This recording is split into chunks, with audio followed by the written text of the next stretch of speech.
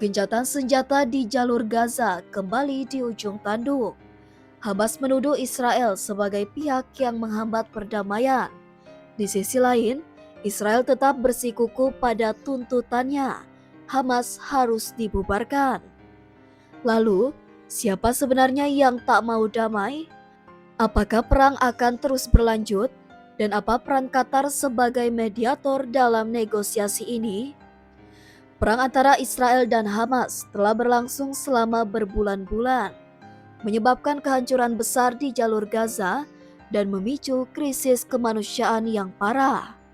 Lebih dari 30.000 warga sipil tewas, infrastruktur luluh lantak, akses terhadap air, makanan, dan obat-obatan menjadi sangat terbatas.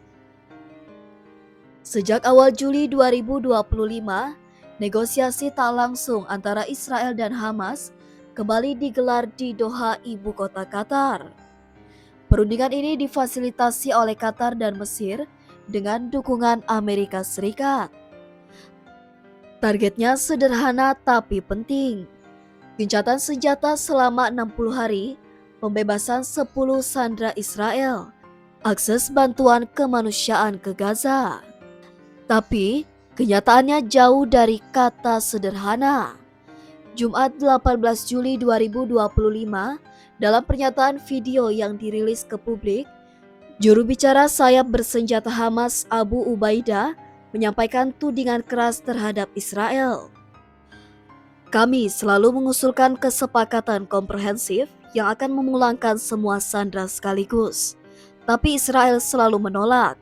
Jika musuh tetap bersikeras, kami tak bisa menjamin kembalinya tawaran pertukaran sandera.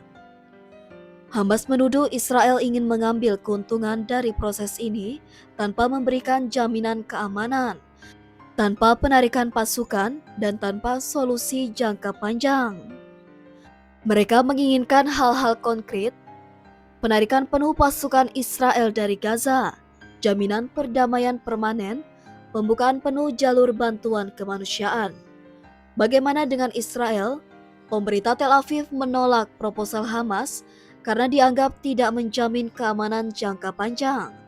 Salah satu tuntutan utama Israel adalah Hamas harus dibubarkan sebagai kekuatan tempur dan militer.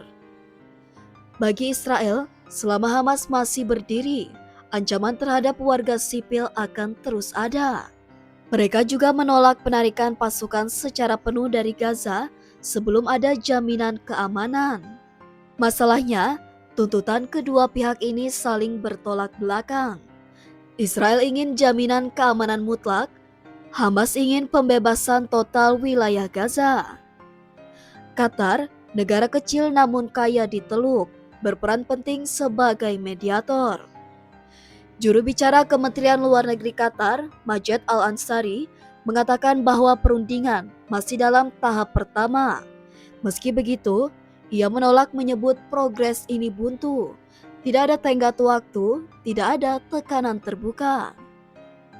Qatar mencoba menyeimbangkan dua kutub ekstrim ini, tapi tekanan semakin meningkat, terutama dari komunitas internasional dan kelompok-kelompok hak asasi manusia.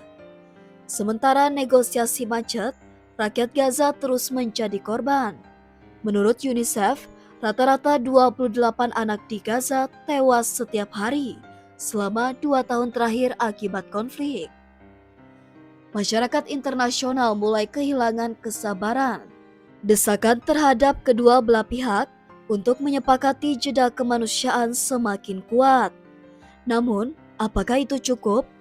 Bisakah tekanan global mengubah sikap keras kepala di meja perundingan? Kedua pihak tetap pada posisi masing-masing.